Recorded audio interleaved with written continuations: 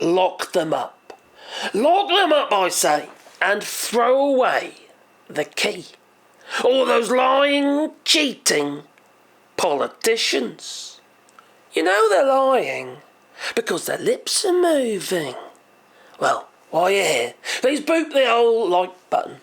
Now you see, campaigners, compassionate in politics, they are urging Westminster to emulate Wales by supporting legislation that makes lying in Parliament a criminal offence. But why do we need that? We already have a code of conduct. Which, well, it states in the code of conduct that politicians must behave truthfully. In other words, not lie. But they do. But unfortunately, in the code of conduct, there's no reprimand. They might get a slap on the wrist by Leslie Hoyle or something like that. Or maybe something else. You never know what they're into up there. You know how it goes. Crikey. All the evangelical types, aren't you? You know what they're like? Blimey. Anyway, that'll be Westminster for you. Now, you see, Wales is trying to, Labour government in Wales is trying to push through legislation that would make lying in Parliament a criminal offence. And obviously, depending on the level of criminality, it could potentially be a civil case. Well, could you imagine what we would have never had Brexit. If there was no lying, we wouldn't have Brexit. If there was no lying, maybe, Alexander Boris de Pfeffel Johnson would have repeatedly said there was no parties. Huh? And maybe then we wouldn't have Keir Starmer saying, make Brexit work. Well, that's an oxymoron, that one. It's not just a flippant lie. There isn't no making Brexit work. Well, these proposed sanctions may include the removal from office, which potentially would trigger a by-election, which could be quite interesting, but also potentially criminality, where it'd be handed over to the police to do the investigation. Not some kind of internal investigation, like Leslie Hoyle said when there was, cocaine found in Whitehall. Nothing happened. No. Or was it Parliament? I can't remember now. But either way, there was someone there, Priti Patel's and Boris Johnson's office. I wouldn't be a bit surprised. He always looked like he got coke all over him, quite frankly. I couldn't work out whether it was dandruff or coke in the photographs. I think I did a video about that a while back. But you see, the likes of Nigel Farage regularly lies, and now he's in Parliament. Richard Tice regularly lies, and now he's in Parliament. Luckily Boris Johnson isn't there. But we have plenty of Tory MPs that are currently there. But this would be retrospective. It would actually, involve those in the past as well who've lied in Parliament, if it could be proven. It has been proven that Boris Johnson lied on several occasions, such as Partygate. This is just... I can't see it getting through, to be honest. I really can't. Because politicians would be very, very worried and very scared. And also it could be used as a means to constantly attack the politicians. From the public, but also from other politicians, other MPs in Parliament. It could get rather messy. But we need something. Because this lot don't have any moral code. No personal moral code. And if you know me, I won't lie to you. I might make mistakes, but I won't lie. Ask the missus, she knows. Yeah, I regularly tell her that dress looks like shit. And she does the same to me, to be fair. I don't wear a dress, though. Oh, okay, only on Fridays. Oh, God, 5 days to go. Anyway, so Compassion in Politics, right? And they are an organisation. They are advocating for this new law, and they suggest that it should apply to both elected officials and candidates. So it's quite broad.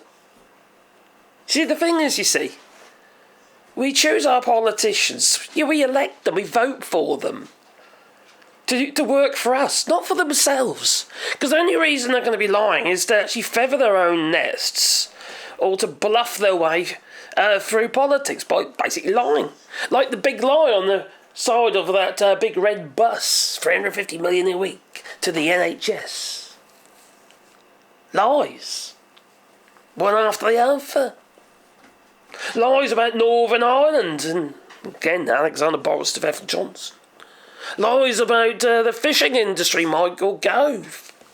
Lies about we will scan the lorries going from the north of Northern Ireland to Ireland. Just automatically, they just drive past these big scanners. It's another lie.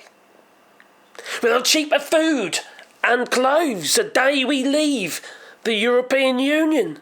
Another lie. Everything's more expensive. We'll curb immigration. If you vote to leave the European Union, immigration skyrocketed since we've left the European Union, and we lost our ability to return. So-called illegals.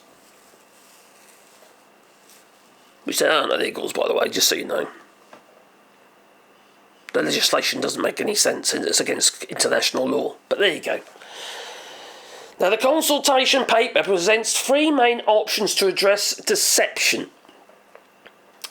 And it says here, establishing a new criminal offence investigated by police and adjudicated in criminal courts. So it's taking it out of Leslie Hoyle's hands, isn't it? Because he just wants to go hush hush. That's all he's interested in, you see. Everything is brushed under the carpet. Oh, we'll look into that later until it's forgotten about, basically. Creating a civil offence that could be investigated by Public Services Ombudsman and decided by an independent Welsh tribunal. Currently, obviously, this is for Wales, but it should be all of Westminster. So this is all about conduct and Senedd procedures to be more explicitly prohibit international... international. Okay, that as well. Intentional lying or deception. Now, the current, like I mentioned a moment ago, the current code of conduct, all it says is, members must act truthfully. But there is no sanctions, there's no nothing. There's nothing there to reprimand them. So we do need something. Considering what we've got at the moment and considering what's going on social media, X, and Elon Musk constantly trying to perverse the course of an election, messing with elections. Election interference is as bad as those flipping Russians. Like he is, petulant child. So the Wales Council General has promised to present the legislation before 2026, emphasising that it would facilitate the disqualification of members and candidates found guilty of deliberate deception through an independent judicial process, inviting the committee to make relevant proposals. Now, there is a bit of concern about, like I mentioned a moment ago, regarding being able to use it as a weapon against opposition, because you imagine you come up to an election and someone comes out with some, you're lying, and that, then they get investigated and what have you. It could be a way of perversing the vote, and that could just be another lie. So it could be another criminal case. But they're looking at actually, instead of it being, they're trying to water it down at the same time. Instead of it being criminal, it becomes a civil case. So there would be reprimanded, but not necessarily end up in jail, because they were originally talking about actually jailing them. Lock them up, I say. That'd be my preferred course of action, but there's no room. No, they'll let them out in a week. Actually, they probably let out a rapist so they can put in, I don't know, who's lying at the moment. Oh, Keir Starmer, you know.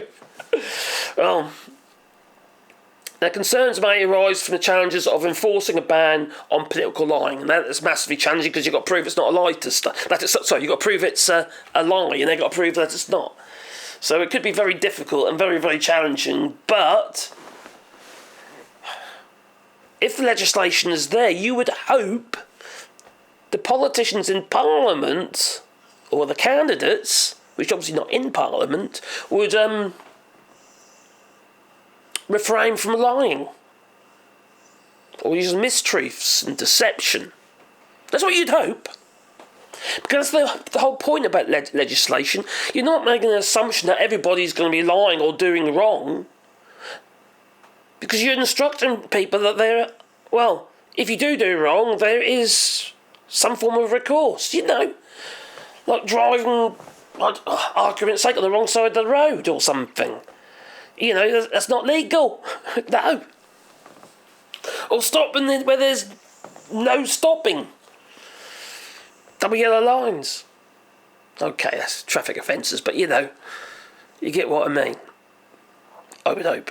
Anyway, what do you reckon? Should we just lock them up and be done with it? And who's lying at the moment in Parliament? Who keeps, how to put it, changing their manifesto pledges? Oh, I wonder. I know we've got, crikey, we've got potential new leaders of the Conservative Party. They're going to be at fisticuffs soon. And the only one there, to me, has any worth whatsoever in it, and that is a really low bar in this case, because it'd be James Cleverly. Can't be bad, Doc. By God, that'd be like handing it over to Labour, wouldn't it, you know? It's all about turning people off. Crikey. She's like a little... Oh, she's like a terrier. Constantly biting your ankle, she is. Crikey. Awful woman. Anyway. You told me. Who's lying in politics? And should we just lock them up? Leave it in the comments down below. Please click the like button, because it helps the channel, you know. I need all the help I can get. Also, you might have heard, we're planting trees now. We're starting this month, yes, because it's been raining and the ground is lovely and soft. So we're going to be planting the trees, right until probably April. Probably April next year. So if you want a tree in the ground, we'll plant a tree in the ground on your behalf, and I'll make a little sign to go with the tree. It could be a memory of a loved one, or maybe you'd like, I don't know, maybe it could be a gift for Christmas, what have you, if you haven't got, or birthday, if you haven't got any ideas for presents for people. And also, don't forget, sending Christmas cards, okay? 1 billion Christmas cards every single year. 33 million trees are chopped down for that 1 billion Christmas cards. Just think about that. 33 billion trees. Just so you can send a little bit of paper through the post. Yeah, say, Happy Christmas, Merry Christmas, Happy New Year. Anyway, toodaloo.